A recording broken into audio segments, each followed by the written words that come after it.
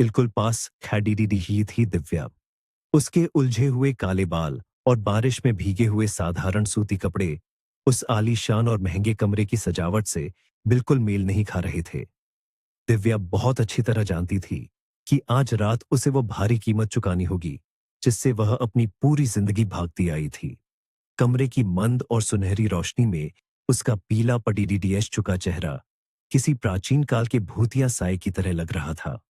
यह कोई साधारण चिकित्सा या मेडिकल इलाज नहीं था।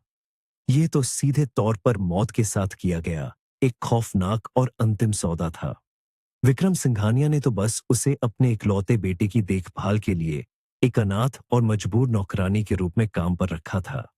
वह इस बात से पूरी तरह अनजान था कि दिव्या का भयानक अतीत यरवदा जेल की उन सीलन भरी अंधेरी कोठरियों से जुदा हुआ है। दिव्या ने अपनी गहरी भूरी आंखें बंद की और अपनी सांसों को गहरा किया। उसे अपने भीतर उस रहस्यमयी ब्रह्मांडीय ऊर्जा का एहसास होने लगा जो अब उसके प्राणों को खींचने वाली थी। आज रात वह अपने जीवन का सबसे बद्धा और शायद अपना अंतिम बलिदान देने जा रही थी। मानते थे जो घने जंगलों के बीच एक पुरानी झोपड़ी में अकेली रहती थी। वह एक तूफानी सुबह थी जब कल्याणी ने उस शराब के नशे में धुत घर से दिव्या को उठाया और अपने साथ जंगल ले गई। दादी ने ही दिव्या को जंगल की जड़ी बूटियों और ब्रह्मांड की गुप्त ऊर्जाओं का ज्ञान दिया। दिव्या कोई आम बच्ची नहीं थी। उसके हाथों में एक ऐसा चमत्कारी स्पर्श था जो किसी भी बीमार को ठीक कर सकता था। लेकिन हर चमत्कार के बदले उसे अपनी आत्मा का एक हिस्सा खोना पड्डेदी एचता था। वर्षों बाद गांव वालों के एक हिंसक हमले में दादी कल्याणी की मौत हो गई और मासूम दिव्या को एक क्रूर अनाथालय में फेंक दिया गया।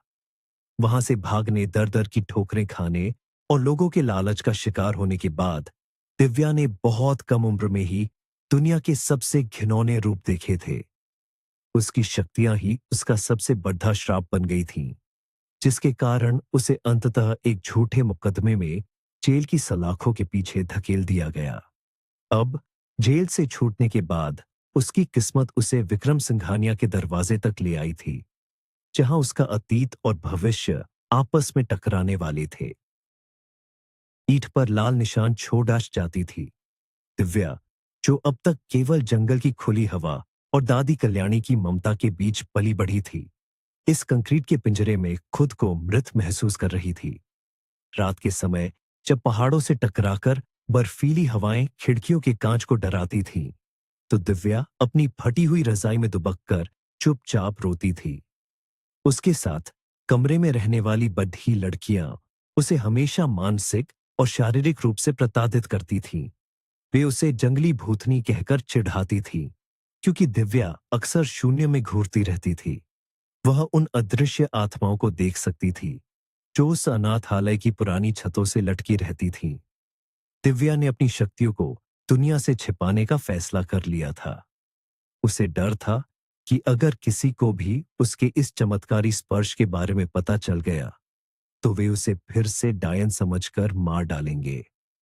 हर गुजरते दिन के साथ उसके भीतर की रोशनी कम होती जा रही थी। उसकी आंखें, जिनमें कभी पहाड़ों की चमक हुआ करती थी, अब एक भयानक अंधकार से घिर गई थीं। अनाथालय का वह घुटन भरा माहौल उसकी रूह को घुन की तरह खा रहा था। क्या था?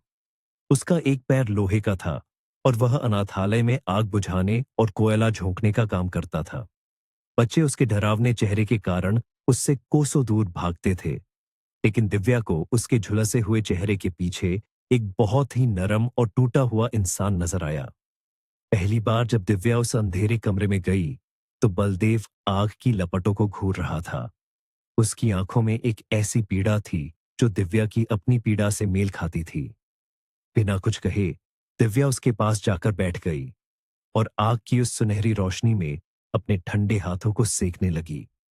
बलदेव ने उसे हैरान नजरों से देखा, क्योंकि आज तक कोई भी इंसान उसके इतने करीब आने की हिम्मत नहीं कर पाया था। उस सर्द शाम के बाद से दिव्या हर रोज बलदेव के पास जाने लगी। बलदेव अपनी रूखी आवाज में उसे सेना की कहानियां सुनाता था और कभी-कभी उसे अपने हिस्से का गुड़ और रोटी भी खाने को दे देता था। दिव्या के लिए वह डरावना सूबेदार इस जालिम दुनिया में पिता के समान एक नया रक्षक बन गया था।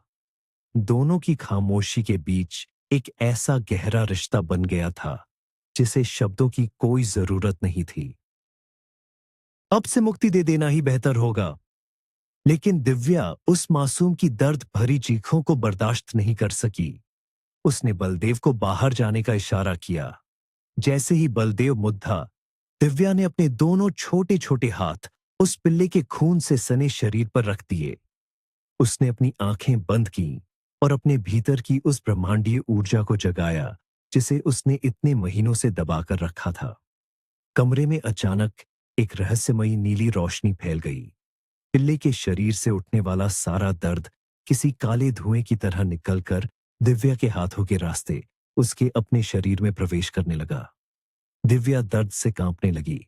उसके माथे पर पसीने की ठंडी बूंदें उभर आईं और उसकी नसें तन गईं। वह अपनी प्राण ऊर्जा उस छोटे से जीव में भर रही थी। 10 मिनट के इस खौफनाक और थका देने वाले अनुष्ठान के बाद वह पिल्ला अचानक अपने पैरों पर खड़ा हो गया और खुशी से पूंछ हिलाने लगा। दिव्या बुरी तरह टूटकर जमीन पर गिर पड़ी और उसकी नाक से खून की एक पतली धार बहने लगी। दरवाजे के बाहर से झांक रहे बलदेव ने यह सब अपनी आंखों से देखा और वह खौफ से कांप उठा। उसने दिव्या को अपने दफ्तर में बुलाया और उससे कई अजीबोगरीब सवाल पूछे। उसने दिव्या की शक्तियों का परीक्षण करने के लिए उसे एक बंद लिफाफे के अंदर लिखे शब्दों को पढ़ने को कहा। दिव्या, जो अब भी दुनिया की चालाबाजियों से अनजान एक मासूम बच्ची थी, ने अपनी आध्यात्मिक दृष्टि से लिफाफे के अंदर झांका और सटीक शब्द बता दिए। शर्मा खुशी से पागल हो गया। उसे समझ आ गया था कि उसके हाथ एक ऐसा सोने का अंडा देने वाली मुर्गी लग गई है जो उसे रातों रात करोड़पति बना सकती है। उसने तुरंत अनाथालय की क्रूर वार्डन के साथ मिलकर एक घिनौनी साजिश रची। उन्होंने मुंबई के एक बहुत ही मशहूर और सनसनीखेज टीवी शो के निर्माताओं से संपर्क किया और उन्हें दिव्या के चमत्कारों के बारे में बताया। उन्होंने दिव्या को झूठे सपने दिखाए कि अगर वह मुंबई जाकर अपनी कला दिखाएगी तो उसे बहुत सम्मान मिलेगा और वह दुनिया भर के बीमार लोगों की मदद कर सकेगी। दिव्या को लगा कि शायद यही उसकी नियति है। उसने वार्डन की मीठी बातों पर विश्वास कर लिया, यह जाने बिना कि वे उसे एक बहुत गहरे दलदल में धकेलने वाले हैं। अब उसे हर तरफ सिर्फ लोगों के लालच, उनकी वासनाओं और उनके पापों की बदबू आ रही थी। उसे एक बड़े से वातानुकूलित होटल में रखा गया, जहां की दीवारें उसे पिंजरे जैसी लग रही थीं। मिस्टर शर्मा और वार्डन लगातार टीवी प्रोड्यूसर्स के साथ पैसों की सौदेबाजी कर रहे थे। दिव्या का शरीर बुखार से तप रहा था। उसे अपनी दादी कल्याणी की बहुत याद आ रही थी। टीवी स्टूडियो का माहौल तो और भी ज्यादा दमघोंटू था। वहां सैकड़ों तेज चमकती हुई लाइटें लगी थीं, जो दिव्या की आंखों को अंधा कर रही थीं। सेट पर बैठे नकली दर्शक तालियां बजाने का अभ्यास कर रहे थे। प्रोड्यूसर ने दिव्या के सामने एक टेबल पर एक बीमार और मरणासन्न बंदर को लाकर रख दिया। वे चाहते थे कि दिव्या कैमरे के सामने उस बंदर को जिंदा करके दिखाए ताकि उनकी टीआरपी आसमान छू सके। कैमरे दिव्या के पीले और डरे हुए चेहरे पर झूम इन कर रहे थे। मिस्टर शर्मा उसे लगातार घूर रहे थे, लेकिन दिव्या को महसूस हुआ कि इस बनावटी और लालची माहौल में उसकी सारी शक्तियां अचानक गायब हो गई हैं। वह खुद को पूरी तरह से खोखला और बेबस महसूस कर रही थी। गीं और अंततः कैमरे के सामने ही उसने तड़प तड़प कर दम तोड़ दिया। दर्शक, जिन्हें चमत्कार देखने की उम्मीद थी, अब जोर जोर से हंसने लगे और दिव्या को गालियां देने लगे। कुछ लोगों ने उस पर कागज के गोले फेंकने शुरू कर दिए। मिस्टर शर्मा का चेहरा शर्मिंदगी और गुस्से से लाल हो गया। प्रोड्यूसर ने गुस्से में माइक पटक दिया और वार्डन को गालियां देते हुए शो रद्द करने की घोषणा कर दी।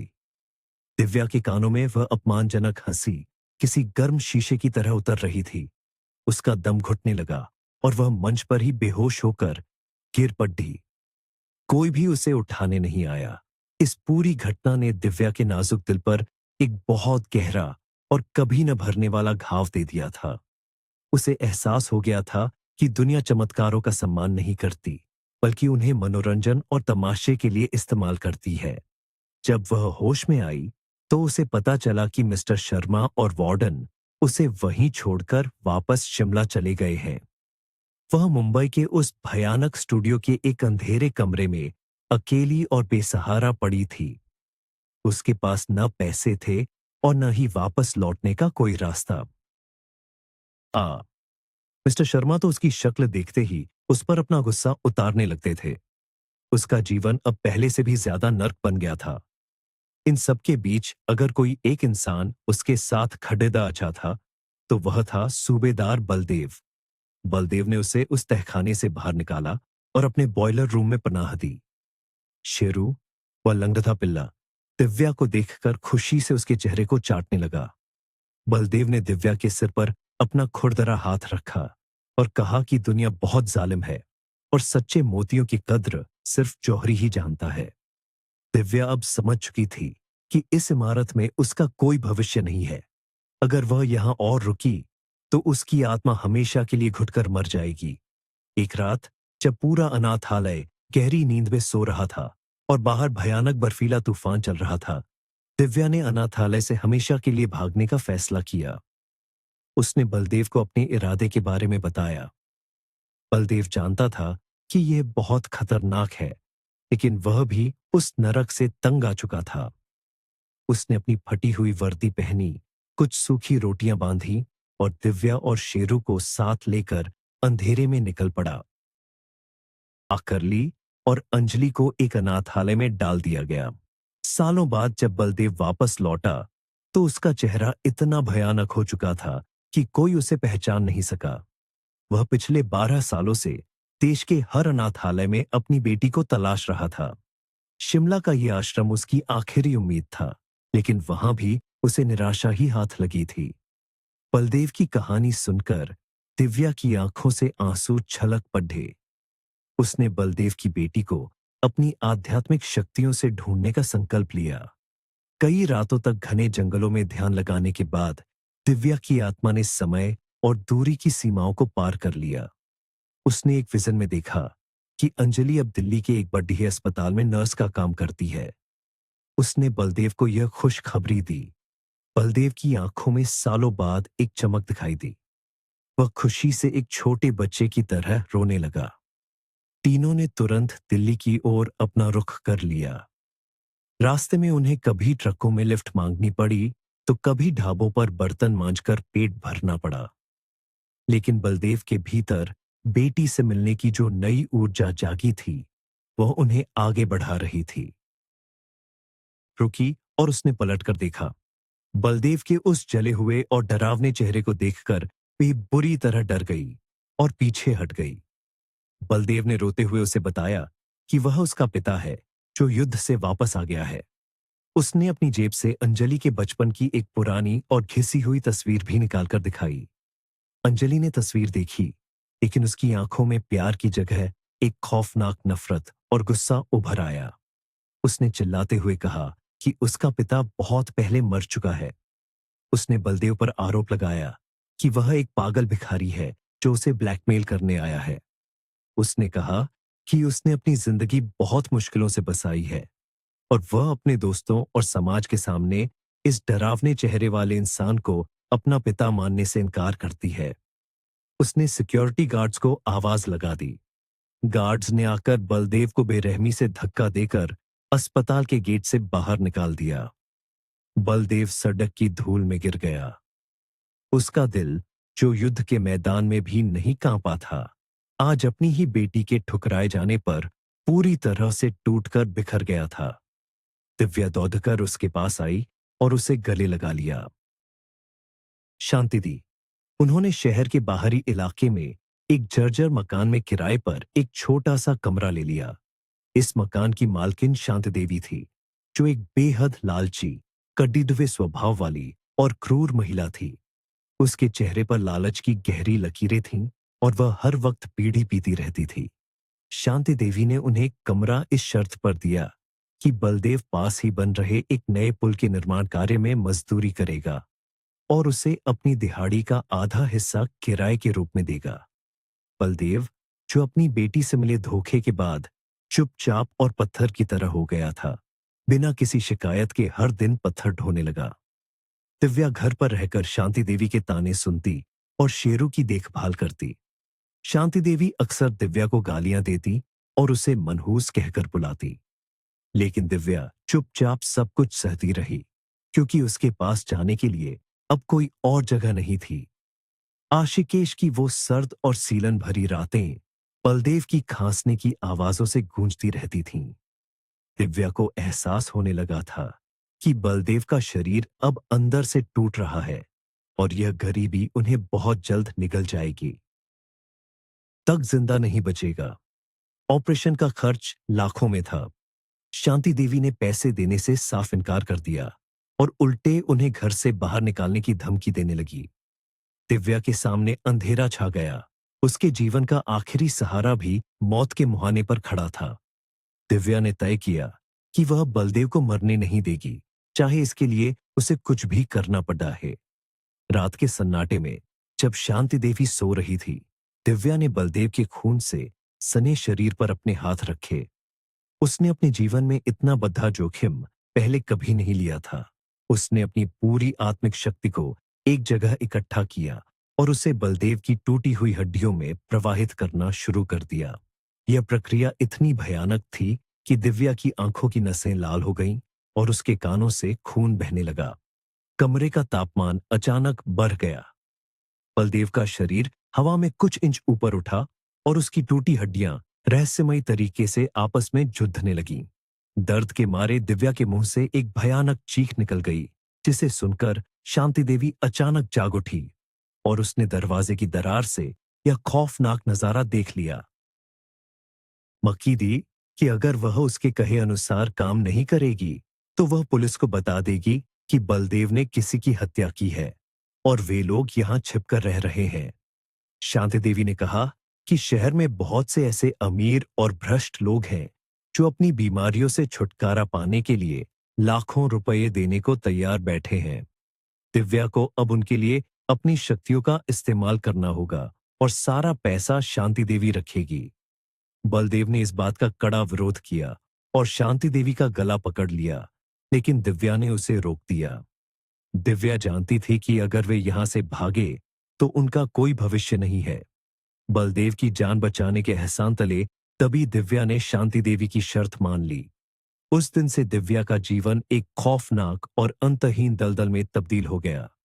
शांति देवी ने गुप्त रूप से रईस और भ्रष्ट नेताओं, तस्करों और अमीर व्यापारियों से संपर्क करना शुरू कर दिया। रात के अंधेरे में महंगी गाड़ियां उस जर्जर मकान के बाहर रुकने लगीं। दिव्या को एक तहखाने में बैठा दिया गया, जहां उसे हर दिन पापियों की बीमारियों को अपने भीतर खींचना पड़ता था। बन गए थे। उसे हर समय एक अजीब सी ठंड महसूस होती थी और उसकी आत्मा किसी बोझ तले कुचलती जा रही थी। शांति देवी की तिजोरी नोटों की गड्डियों से भरती जा रही थी। उसने मकान को एक आलीशान किले में बदल दिया था, लेकिन दिव्या और बलदेव को अब भी उसी सीलन भरे तहखाने में रखा जाता था। बलदेव हर रात दिव्या की हालत देखकर खून के आंसू रोता था। वह खुद को कोसता था कि उसकी वजह से इस मासूम बच्ची को यह नरक भोगना पड़ेगा रहा है। शेरू भी अब चुपचाप एक कोने में बैठा रहता था, जैसे वह भी अपनी मालकिन के दर्द को महसूस कर रहा हो। एक रात जब दिव्या एक बहुत ही क्रूर और पापी गुंडे के लिवर का इलाज कर रही थी, तो उस गुंडे की काली ऊर्जा इतनी ज्यादा थी कि दिव्या का शरीर उसे संभाल नहीं पाया। वह खून की उल्टियां करने लगी और बेहोश हो गई। शांति देवी ने उसे गालियां देते हुए ठंडे पानी की बाल्टी उसके मुंह पर फेंक दी। बलदेव से यह सब बर्दाश्त नहीं हुआ। उसने तय कर लिया कि वह आज रात ही दिव्या और शेरू को लेकर इस नर्क से हमेशा के लिए भाग जाएगा, चाहे इसके लिए उसे शांति देवी की जान ही क्यों ना लेनी पड़ जाए। कि जेवर और पैसों से भरा बक्सा निकालने के चक्कर में आग की लपटों में घिर गई और उसकी जलकर दर्दनाक मौत हो गई। बलदेव ने तुरंत तहखाने का दरवाजा तोड़ा और बेहोश पड़ी दिव्या को अपने मजबूत कंधों पर उठा लिया। वह आग और गिरती हुई छत की परवाह किए बिना उसे लेकर घर से बाहर निकल आया। दिव्या को सुरक्षित बाहर लटाने के बाद बलदेव को अचानक याद आया कि शेरू अभी भी अंदर फंसा हुआ है। बिना एक पल सोचे वह उस भयंकर आग के समुद्र में वापस कूद पड़ा। दिव्या को इसी बीच होश आ गया। उसने देखा कि घर पूरी तरह से आग का गोला बन चुका है। वह बलदेव का नाम लेकर जोर जोर से चीखने लगी, लेकिन अंदर से सिर्फ आग के धधकने और लकड़ियों के टूटने की आवाजें आ रही थीं। कुछ ही देर में पूरी छत एक भयानक धमाके के साथ नीचे गिर गई। बलदेव और शेरू उस मलबे के नीचे हमेशा के लिए दफन हो गए। दिव्या घुटनों के बल जमीन पर गिर पड़ी। उसके आंसू आग की गर्मी से सूख गए थे।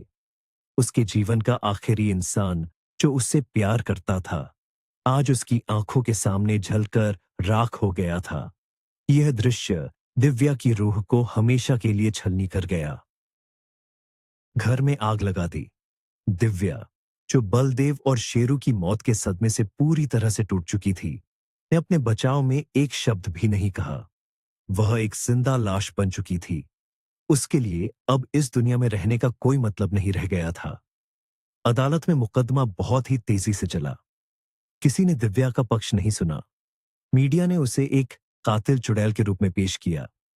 जज ने बिना किसी दया के उसे हत्या और आगजनी के जुर्म में आजीवन कारावास की सजा सुना दी। दिव्या को हाथों और पैरों में भारी लोहे की बेधियां पहनाकर पुणे की यरवदा सेंट्रल जेल भेज दिया गया। जब जेल के भारी लोहे के दरवाजे उसके पीछे बंद हुए, तो दिव्या को लगा कि अब उसका जीवन इसी अंधेरे में घुट घुट कर खत्म हो जाएगा। जेल की वो काल कोठरी बहुत ठंडी और बदबूदार थी। वहां की दीवारों पर पिछले कैदियों द्वारा नाखूनों से खरोचे गए खून के निशान थे। दिव्या एक कोने में सिमट कर बैठ गई। उसने अपने भीतर की सारी शक्तियों को, सारी ऊर्जाओं को हमेशा के लिए दफन करने का फैसला कर लिया। उसने भगवान से प्रार्थना की कि वह उसे जल्द से जल्द मौत दे दे। डर और घमंडी महिला हुआ करती थी, लेकिन अब वह टीबी, तपेदिक के अंतिम चरण से गुजर रही थी। उसके शरीर की हड्डियां दिख रही थीं और वह दिन रात खांसते हुए खून थूकती रहती थी। उसे आइसोलेशन वार्ड में फेंक दिया गया था, जहां कोई भी उसके पास नहीं जाता था। एक रात जब कविता दर्द से तड़प रही थी और उसकी सांसें उखड़ने लगी थीं, तो दिव्या से उसकी पीड़ा बर्दाश्त नहीं हुई। दिव्या ने अपनी कसम तोड़ी। वह चुपचाप उठी और कविता के बिस्तर के पास गई। उसने अपने ठंडे हाथ कविता के माथे पर रखे। कुछ ही पलों में कविता के सीने की जकड़न कम होने लगी और उसका भयंकर दर्द शांत हो गया। कविता ने अपनी कमजोर आंखें खोलीं और दिव्या को हैरानी से देखा। उसने महसूस किया कि इस लड़की के स्पर्श में कोई जादुई ताकत है। उस रात के बाद से दिव्या हर रोज कविता का दर्द कम करने के लिए उसके पास जाने लगी। यद्यपि वह कविता की बीमारी को पूरी तरह ठीक नहीं कर सकती थी, क्योंकि उसका अपना शरीर बहुत कमजोर हो चुका था, लेकिन वह उसे मरने से पहले शांति दे रही थी। दोनों के बीच इस अंधेरी जेल में एक अजीब सा रिश्ता बन गया कि लत का शिकार हो गई। विक्रम ने उसे सुधारने की बहुत कोशिश की, लेकिन कविता ने अपने ही पति की कंपनी में गबन किया और उसके दुश्मनों के साथ मिलकर उसे बर्बाद करने की साजिश रची। जब विक्रम को इस धोखे का पता चला, तो उसने कविता को पुलिस के हवाले कर दिया। लेकिन इस पूरे ड्रामे का सबसे भयानक असर उनके छोटे से बेटे आर्यन पर पड़ा। जब कविता को पुलिस गिरफ्तार करके ले जा रही थी, तो आर्यन डर के मारे छत से गिर गया था। उस दिन के बाद से आर्यन की कमर के नीचे का हिस्सा हमेशा के लिए लकवाग्रस्त हो गया। वह बिस्तर से उठ नहीं पाया। कविता की आंखों से पश्चाताप के मोटे मोटे आंसू बह रहे थे।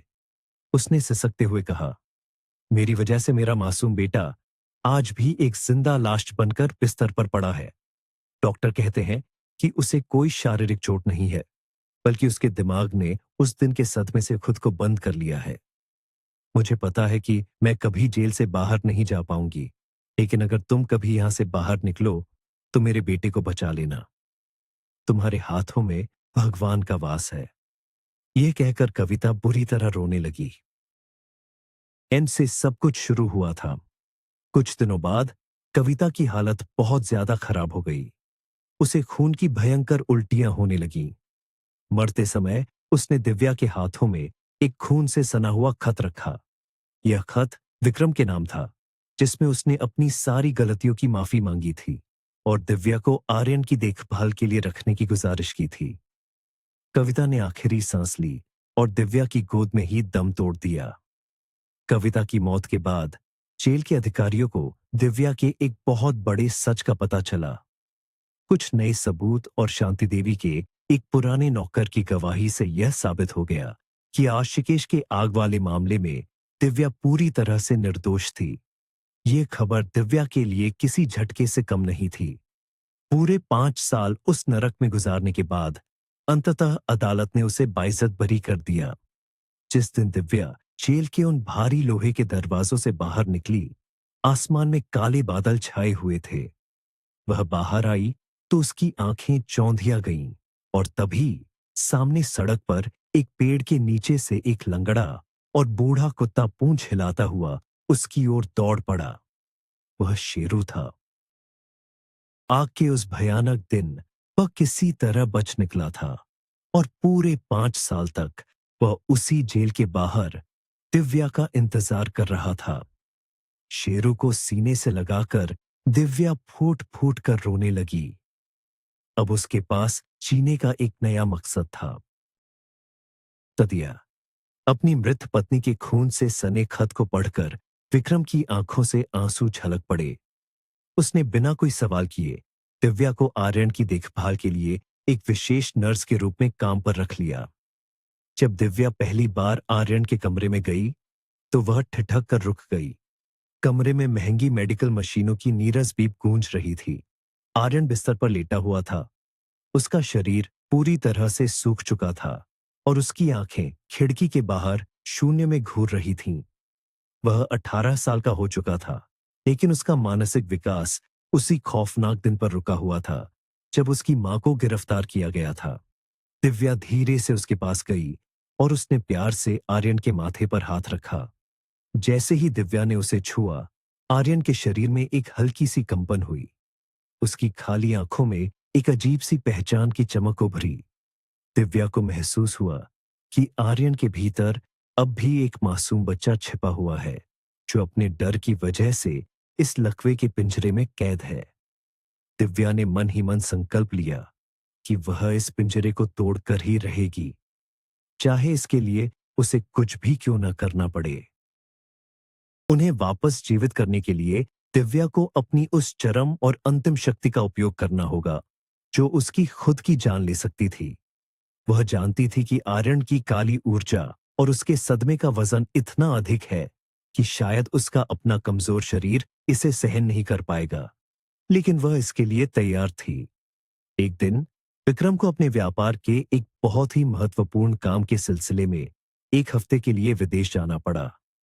जाते समय उसने आर्यन की पूरी जिम्मेदारी दिव्या को सौंपी।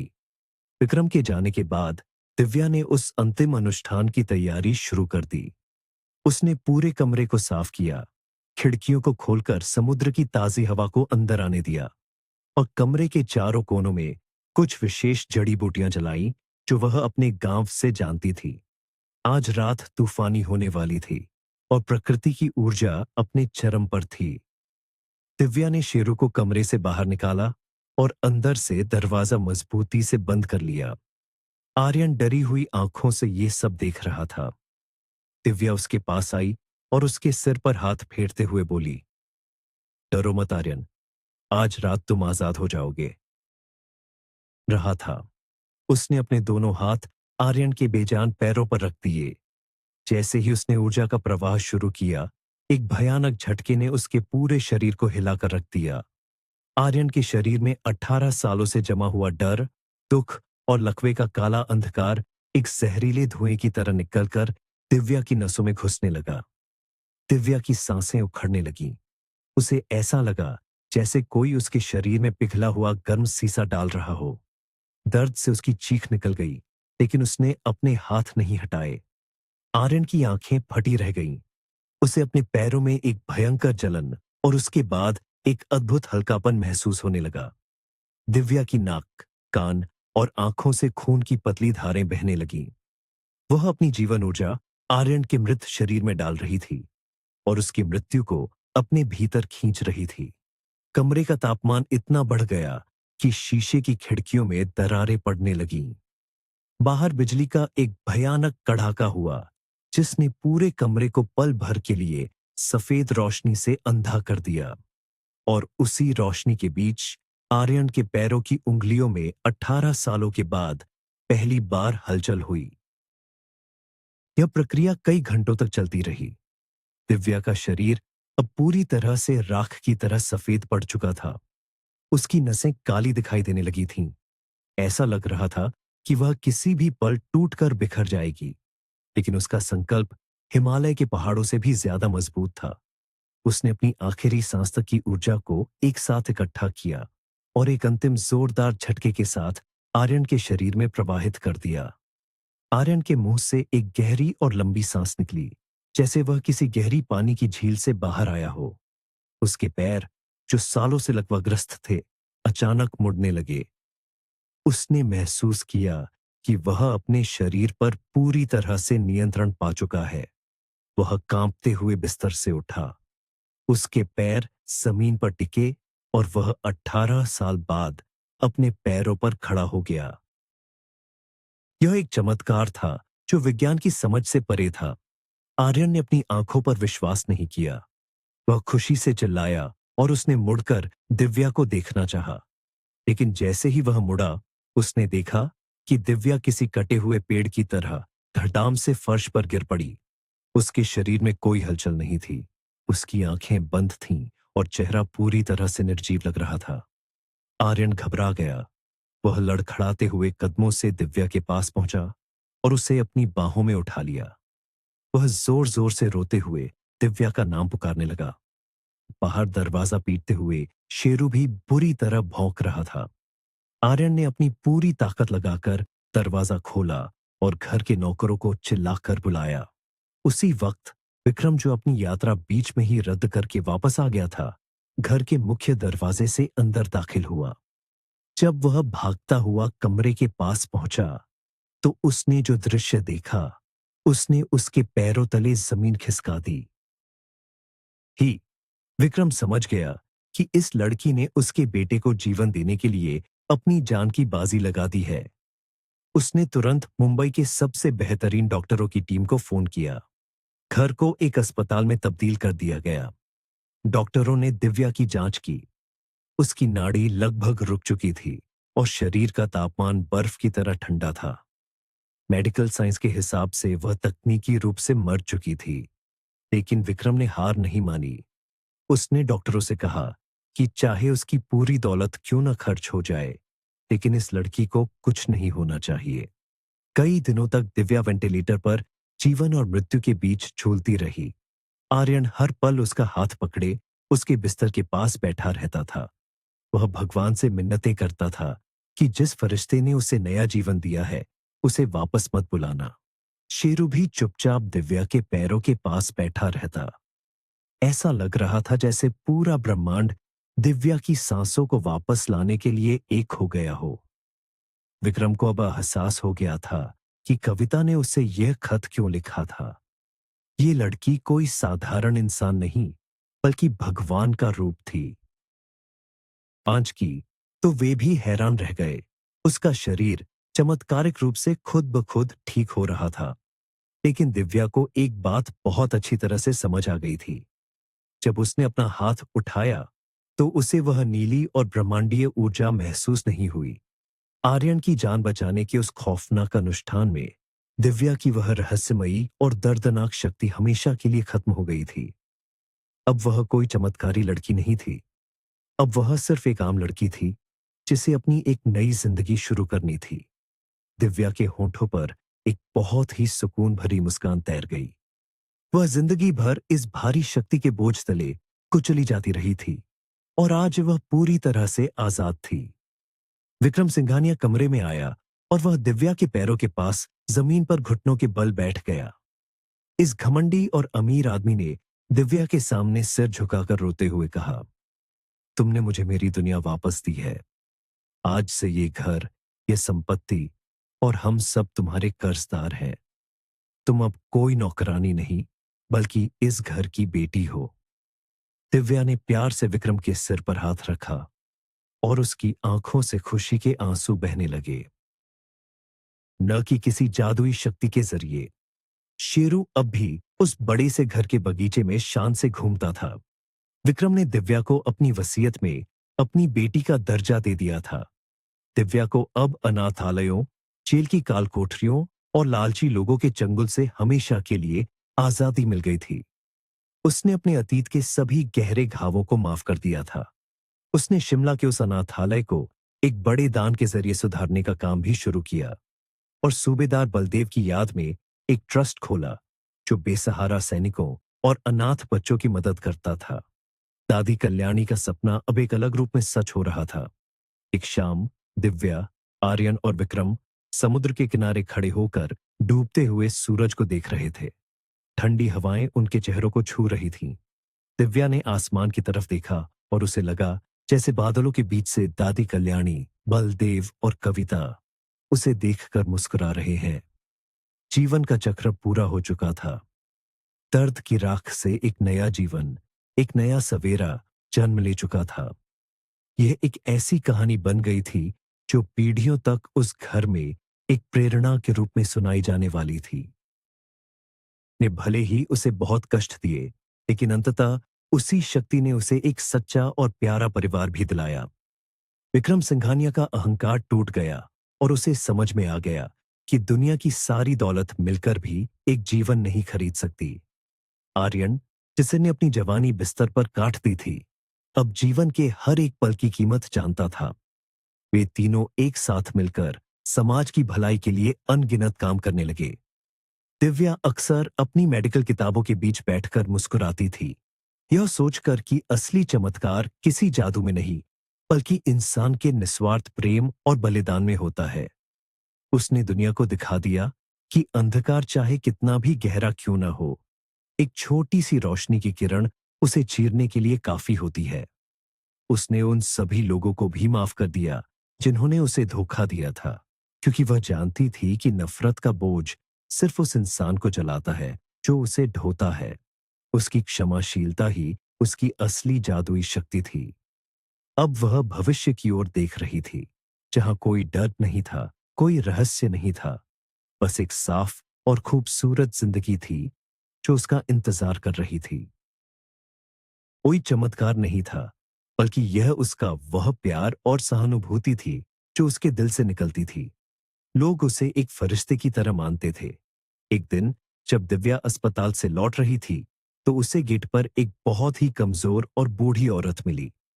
वह कोई और नहीं, बल्कि अनाथालय की वही क्रूर वार्डन थी जिसने कभी दिव्या को उस अंधेरे तहखाने में बंद किया था। आज वह खुद बेसहारा और बीमार थी। दिव्या ने उसे पहचाना, लेकिन उसके मन में कोई प्रतिशोध नहीं था। उसने वार्डन का हाथ पकड़ा और उसे अस्पताल के अंदर ले गई। उसने वार्डन के इलाज का पूरा खर्च उठाया और उसकी देखभाल की। वार्डन फूट फूट कर रोई और उसने दिव्या से अपने किए की माफी मांगी। दिव्या ने बस मुस्कुराकर कहा, माफी तो भगवान देता है, मेरा काम सिर्फ घाव भरना है। यह देखकर आर्यन, जो उसे लेने आया था, गर्व से भर उठा। उसे एहसास हुआ कि दिव्या सिर्फ शरीर ही नहीं, बल्कि आत्माओं को भी ठीक करना जानती है। इस घटना ने आर्यन के दिल में दिव्या के प्रति सम्मान को और भी गहरा कर दिया। वे दोनों सिर्फ दोस्त नहीं, बल्कि एक दूसरे की आत्मा के साथी बन चुके थे।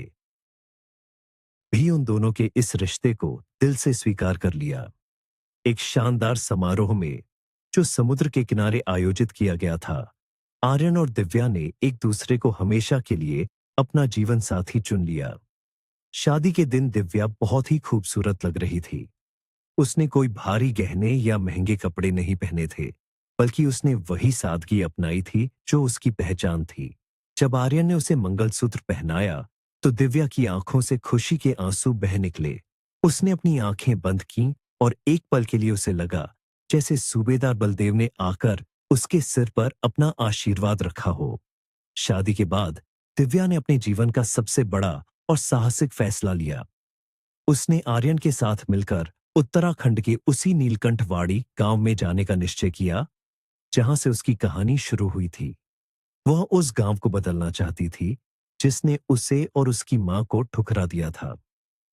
आर्यन ने बिना किसी हिचकिचाहट के दिव्या का साथ दिया। विक्रम सिंघानिया ने अपनी आधी संपत्ति उस गांव के विकास के लिए दान कर दी। यह एक नई शुरुआत थी, पुराने घावों पर नई मरहम लगाने की कोशिश। लोग तो उसे पहचान भी नहीं पाए। गांव की हालत अभी भी वैसी ही दर्जर और दयनीय थी। दिव्या ने बिना किसी पुरानी कड़वाहट के वहां एक आधुनिक अस्पताल और एक शानदार स्कूल की नींव रखी। उसने उन गांव वालों की मदद की जिन्होंने कभी दादी कल्याणी की जान ली थी।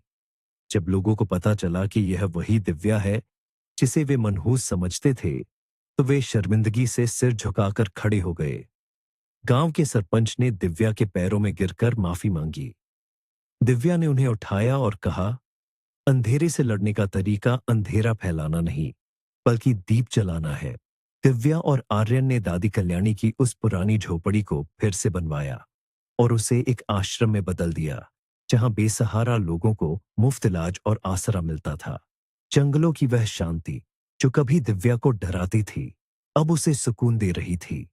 वह अक्सर रात के समय उस आश्रम के बरामदे में बैठती और शेरू उसके पैरों के पास सो रहा होता।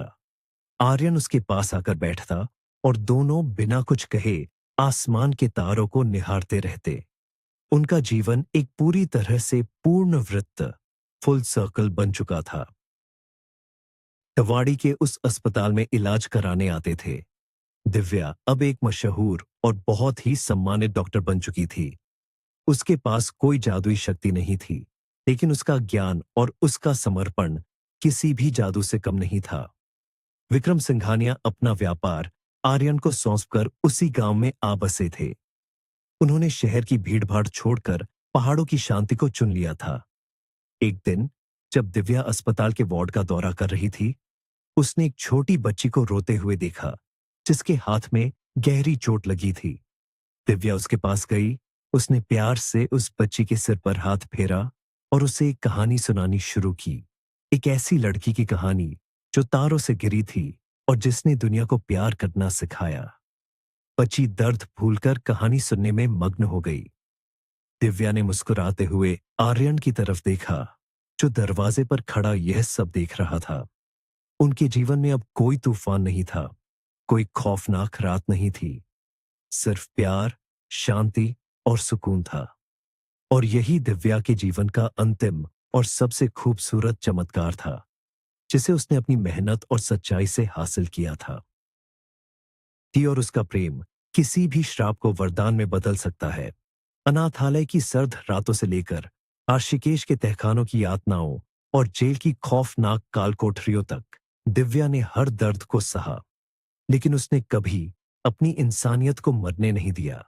उसने हर उस इंसान को अपनी रोशनी दी जो अंधेरे में था।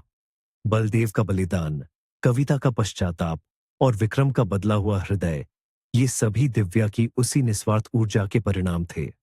आज दिव्या भले ही एक आम इंसान थी, लेकिन उसके द्वारा बोए गए बीज अब एक विशाल और घने पेड़ का रूप ले चुके थे, जिसकी छांव में सैकड़ों लोग सुकून पा रहे थे। उसकी कहानी इस बात का प्रमाण है कि सच्चे चमत्कार आसमान से नहीं गिरते, वे हमारे भीतर पल रहे दया, करुणा और निस्वार्थ प्रेम से जन्म लेते हैं। आर्यन के लिए वह सिर्फ एक पत्नी नहीं, बल्कि उसकी जीवनदायिनी थी, और विक्रम के लिए वह एक ऐसी बेटी थी जिसने उसे जिंदगी का असली मतलब सिखाया था। दिव्या की इस प्रेरणादायक कहानी का अंत एक बहुत ही खूबसूरत और सुकून भरे भविष्य की ओर इशारा करता है, जहां अंधकार के लिए कोई जगह नहीं है। अब फिर से एक बच्चे की किलकारियां गूंजने वाली हैं। दिव्या गर्भवती है और वह इस नए जीवन के आने का बहुत ही बेसब्री से इंतजार कर रही है। विक्रम दादा बनने की खुशी में पूरे गांव में मिठाइयां बांट रहे हैं। शेरू अब बूढ़ा हो चला है, लेकिन वह अब भी दिव्या के साए की तरह उसके साथ रहता है। जब भी बारिश होती है, दिव्या अब खौफ से नहीं कांपती, बल्कि वह आर्यन के साथ बालकनी में खड़ी होकर उस बारिश की बूंदों का आनंद लेती है। उसे अब उस तूफानी रात की यादें नहीं सतातीं। उसने अपने अतीत को एक किताब की तरह बंद करके अलमारी में रख दिया है। यह कहानी हमें यही सिखाती है कि जीवन में कुछ भी स्थायी नहीं है, न तो बुरा वक्त और न ही हमारी परेशानियां। अगर हमारे दिल में सच्चाई और दूसरों के लिए प्यार है, तो प्रकृति खुद हमारे लिए नए रास्ते खोल देती है। दिव्या की कहानी एक मिसाल है उन सभी लोगों के लिए जो जीवन की कठिनाइयों से हार मान चुके हैं। कभी हार मत मानिए, क्योंकि चमत्कार तब होते हैं जब आप सबसे कम उम्मीद कर रहे होते हैं। दिव्या का जीवन एक ऐसा ही चमत्कार था जो हमेशा अमर रहेगा। जलाती है। यह दिया उस उम्मीद का प्रतीक है जो सबसे गहरे अंधकार में भी जलता रहता है। वह उन सभी आत्माओं को याद करती है जो इस सफर में उसके साथ थीं। चाहे वह उसकी शराबी मां हो, लालची मिस्टर शर्मा हो या क्रूर शांति देवी, दिव्या के मन में किसी के लिए कोई मैल नहीं है। वह जानती है कि उन सभी लोगों ने अनजाने में ही सही, लेकिन उसे उसके इस मुकाम तक पहुंचाने में एक भूमिका निभाई थी। आर्यन हमेशा उसका हाथ थामे उसके साथ खड़ा रहता है। उनका प्यार समय और परिस्थितियों की हर परीक्षा से गुजरकर कुंदन की तरह निखर चुका है। जब रात का सन्नाटा पसरता है, तो पहाड़ों की हवाएं दिव्या के कानों में कुछ फुसफुसाती हैं। शायद वे उसे धन्यवाद कह रही हैं। शायद वे वन देवता हैं जो अपनी इस बेटी पर गर्व महसूस कर रहे हैं। दिव्या गहरी सांस लेती है और अपनी आंखें बंद करती है। अब उसे किसी जादुई रोशनी की जरूरत नहीं है, क्योंकि उसकी अपनी जिंदगी ही अब एक सबसे बड़ा और खूबसूरत प्रकाश बन चुकी है। और इसी के साथ दिव्या का यह असाधारण सफर एक बहुत ही शांत और मधुर मोड़ पर आकर अपनी मंजिल पा लेता है। वन में किसी न किसी लकवे से ग्रस्त है, चाहे वह डर का लकवा हो, लालच का लकवा हो या फिर नफरत का। दिव्या का वह चमत्कारिक स्पर्श हमें याद दिलाता है कि अगर हम अपनी आत्मा को शुद्ध रखें और दूसरों के दर्द को समझने की कोशिश करें, तो हम किसी के भी जीवन में वह बदलाव ला सकते हैं। विक्रम सिंघानिया जैसे लोग दुनिया में बहुत हैं, जो अपनी दौलत के नशे में चूर रहते हैं, लेकिन उन्हें भी एक दिन यह एहसास होता है कि असली दौलत तो इंसानियत है। कविता की मौत हमें सिखाती है कि हमारे कर्मों का फल हमें इसी जन्म में भुगतना पड़ता है। और सूबेदार बलदेव का निस्वार्थ प्रेम हमें यह बताता है कि एक पिता का दिल दुनिया में सबसे पवित्र चीज होता है। इन सभी किरदारों ने मिलकर एक ऐसा महाकाव्य रचा है जो हमें सोचने पर मजबूर कर देता है। जीवन की यह अनसुलझी पहेली हमें हमेशा यह संदेश देती है कि चाहे कुछ भी हो जाए, कभी भी आशा का दामन नहीं छोड़ना चाहिए। अगर एक अनाथ और बेसहारा लड़की, जिसे पूरी दुनिया ने दुत्कार दिया था, अपने प्यार से मौत को भी मात दे सकती है, तो इंसान क्या कुछ नहीं कर सकता। आके इस प्रेरणादायक सफर को खत्म करते हुए हम उस पल को कभी नहीं भूल सकते जब उसने आर्यन के लिए अपनी जान की बाजी लगा दी थी। वह उस रात मौत के मुंह में समा गई थी, लेकिन जीवन की शक्ति ने उसे वापस खींच लिया। वह ब्रह्मांडीय ऊर्जा जो उसके भीतर थी, वह कहीं बाहर से नहीं आई थी। वह इंसान की आत्मा की असीम गहराई से उत्पन्न हुई थी। जब इंसान अपना सब कुछ न्यौछावर करने को तैयार हो जाता है, तो ब्रह्मांड की कोई भी शक्ति उसे रोक नहीं सकती। दिव्या का वह अंतिम बलिदान सिर्फ आर्यन के लिए नहीं था, वह खुद को उस श्राप से मुक्त करने के लिए भी था। आज वह आजाद है, और यह आजादी उसने किसी से भीख में नहीं मांगी, बल्कि अपने दर्द और अपनी तपस्या से हासिल की है। आर्यन और दिव्या की यह प्रेम कहानी, जो मौत की दहलीज से शुरू हुई थी, आज एक ऐसे मुकाम पर पहुंच गई है जहां सिर्फ प्रकाश ही प्रकाश है। ये कहानी हमें हमेशा याद दिलाती रहेगी कि प्यार में इतनी ताकत होती है कि वह मुर्दे में भी जान फूंक सकता है और दुनिया की किसी भी बीमारी को जड़ से खत्म कर सकता है। यही इस कहानी का असली सार है।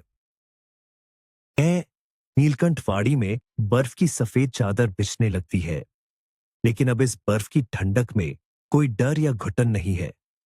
अब इस गांव में बच्चों के खेलने की आवाजें गूंजती हैं, स्कूल की घंटियां बजती हैं, दिव्या उस बर्फ में आर्यन के साथ चलती है और उसके पैरों के निशान ये गवाही देते हैं कि उसने अपने जीवन का हर एक कदम कितनी बहादुरी से उठाया है।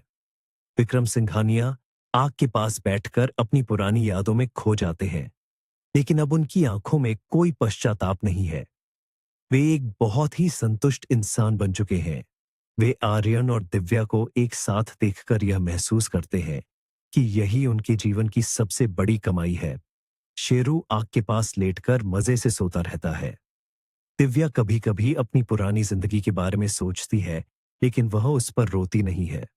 वह जानती है कि उस अंधेरे ने ही उसे इस रोशनी की कीमत समझाई है। अगर वह वो सब न सहती तो आज उसे इस शांति का एहसास कभी न होता। जीवन की यही खूबसूरती है कि यह हमें रुलाता जरूर है, लेकिन अंत में यह हमें वह सब कुछ लौटा देता है जिसके हम असली हकदार होते हैं। अच्छी श्रद्धा और असीम प्रेम होता है तो नियति को भी झुकना पड़ता है। दिव्या का सफर अनाथालय के तहखानों से शुरू होकर मुंबई के आलीशान महलों और फिर वापस हिमालय की वादियों तक पहुंचा। इस पूरी यात्रा में उसने अपना बहुत कुछ खोया। दादी कल्याणी, सूबेदार बलदेव, अपनी जादुई शक्तियां, लेकिन उसने जो पाया वह इन सबसे कहीं ज्यादा बड़ा था। उसने एक पूरा परिवार पाया, एक सच्चा जीवन साथी पाया और सबसे बड़ी बात, उसने अपनी आत्मा की शांति पाई। आर्यन के पैरों का ठीक होना केवल एक शारीरिक घटना नहीं थी, ये एक चमत्कार था जो दो आत्माओं के मिलन से संभव हुआ था। आज जब लोग दिव्या को देखते हैं तो उन्हें उसमें कोई जादूगरनी नजर नहीं आती। उन्हें उसमें एक ऐसी औरत नजर आती है जिसने अपनी जिंदगी को अपने हाथों से गढ़ा है। वह अब एक प्रेरणा बन चुकी है। उसकी कहानी उन सभी महिलाओं के लिए एक मशाल की तरह है जो समाज के क्रूर अत्याचारों का सामना करती है। दिव्या ने यह साबित कर दिया कि कोई भी पिंजरा, चाहे वह यरवदा जेल का हो या समाज की रूढ़ियों का, इंसान के हौसले को हमेशा के लिए कैद नहीं कर सकता। दिव्या की कहानी का यह अंतिम अध्याय एक ऐसे खुशनुमा भविष्य की ओर इशारा करता है जो बिल्कुल साफ और पारदर्शी है। अब उसे किसी अज्ञात शक्ति का डर नहीं है। वह अब अपनी रातों को शांति से सो सकती है। आर्यन हर सुबह उठकर सबसे पहले दिव्या का माथा चूमता है और भगवान का शुक्रिया अदा करता है कि उसने उसे दुनिया की सबसे कीमती चीज दी है। विक्रम ने अब अपनी सारी संपत्ति को एक ट्रस्ट के अधीन कर दिया है और वह एक सन्यासी का जीवन व्यतीत कर रहे हैं। उनका यह बदलाव देखकर बड़े बड़े अमीर लोग भी हैरान रह जाते हैं। लेकिन विक्रम जानते हैं कि शांति बैंक के खातों में नहीं, बल्कि मन के भीतर होती है। और यह पाठ उन्हें दिव्या ने सिखाया था। अब जब भी कोई इस गांव से गुजरता है तो वह दिव्या के अस्पताल के सामने एक पल के लिए रुकता है और उस महान आत्मा को नमन करता है। दिव्या की कहानी अब सिर्फ एक व्यक्ति की कहानी नहीं रह गई है, ये पूरे समाज के लिए एक दर्पण बन गई है। यह हमें यह सोचने पर मजबूर करती है कि हम अपने जीवन में क्या महत्व देते हैं, दौलत, ताकत या फिर किसी का सच्चा प्यार। इस लंबी और रोमांचक कहानी का अंत उस पल के साथ होता है जब दिव्या अपने नवजात बच्चे को अपनी बाहों में लेती है। वह एक बहुत ही सुंदर और स्वस्थ बच्चा है। जब आर्यन पहली बार अपने बच्चे को गोद में लेता है तो उसकी आंखों से आंसू बहने लगते हैं। वह उस बच्चे में अपने पिता का प्यार और दिव्या का बलिदान देखता है। यह बच्चा उनके जीवन की सारी कठिनाइयों और दुखों का सबसे खूबसूरत इनाम है। विक्रम अपने पोते को देखकर खुशी से झूम उठते हैं। शेरू भी अपनी पूंछ हिलाता हुआ बच्चे के पैरों को चाटने लगता है। दिव्या आसमान की ओर देखती है और एक गहरी सुकून भरी सांस लेती है। उसकी यात्रा पूरी हो चुकी है। अब वह एक बेटी, एक प्रेमिका, एक पत्नी और एक मां के रूप में पूरी तरह से संतुष्ट है। उसके जीवन का जो मकसद था वह पूरा हो चुका है। अब उसे बस इस खुशी को सहेज कर रखना है। और इसी प्यारे और भावुक पल के साथ दिव्या और आर्यन की यह जादुई कहानी हमेशा हमेशा के लिए अमर हो जाती है। ये कहानी हमें सिखाती है कि प्यार ही सबसे बड़ा जादू है और यही वह शक्ति है जो दुनिया को चलाती है। सफर है जो हमारे दिलों को झकझोर देता है। यह हमें यह विश्वास दिलाती है कि चमत्कार कहीं दूर आसमान में नहीं होते, वे हमारे बीच ही मौजूद होते हैं। बस हमें उन्हें पहचानने और उन पर विश्वास करने की जरूरत होती है। दिव्या ने अपने जीवन की हर परीक्षा को अपनी हिम्मत से पास किया। उसने कभी अपने भाग्य को नहीं कोसा। जब दुनिया उस पर पत्थर मार रही थी, तब वह चुपचाप उन पत्थरों से अपने जीवन की इमारत खड़ी कर रही थी। आर्यन का लकवा सिर्फ शारीरिक नहीं था, वह समाज की संकीर्ण सोच और उसके भीतर छिपे डर का प्रतीक था। और दिव्या ने अपने निस्वार्थ बलिदान से उस डर को हमेशा के लिए खत्म कर दिया। अब नीलकंठवाड़ी का वह गांव एक नई रोशनी से जगमगा रहा है। वह गांव जो कभी एक अंधेरी और शापित जगह माना जाता था, आज जीवन और उम्मीद का एक बहुत बड़ा केंद्र बन चुका है। दिव्या की कहानी यहाँ खत्म होती है, लेकिन उसकी प्रेरणा हमेशा हमारे बीच जीवित रहेगी। ये कहानी एक लौ की तरह है, जो हमारे मन के अंधेरों को हमेशा दूर करती रहेगी। और इस तरह एक अनाथ लड़की ने अपने प्यार से पूरी दुनिया को जीत लिया। दिव्या का यह दर्द भरा सफर, जो जंगलों के अंधेरे से शुरू होकर एक अरबपति के महल में एक खौफनाक और चमत्कारी अनुष्ठान पर समाप्त हुआ, हमें जीवन की सबसे गहरी सच्चाई से रूबरू कराता है। उसने आर्यन को अपने पैरों पर खड़ा करने के लिए अपनी जिंदगी और अपनी शक्तियों की सबसे बड़ी आहुति दे दी। इस चमत्कार ने न सिर्फ आर्यन का लकवा ठीक किया, बल्कि विक्रम सिंघानिया के अहंकार को भी हमेशा के लिए तोड़ दिया। आज दिव्या एक साधारण लेकिन बेहद खुशहाल जीवन जी रही है। क्या आपको भी लगता है कि सच्चा प्यार और बलिदान किसी भी जादुई शक्ति से कहीं ज्यादा ताकतवर होता है? क्या दिव्या का अपनी शक्तियों को खोना एक श्राप था, या उसके लिए सबसे बड़ा वरदान?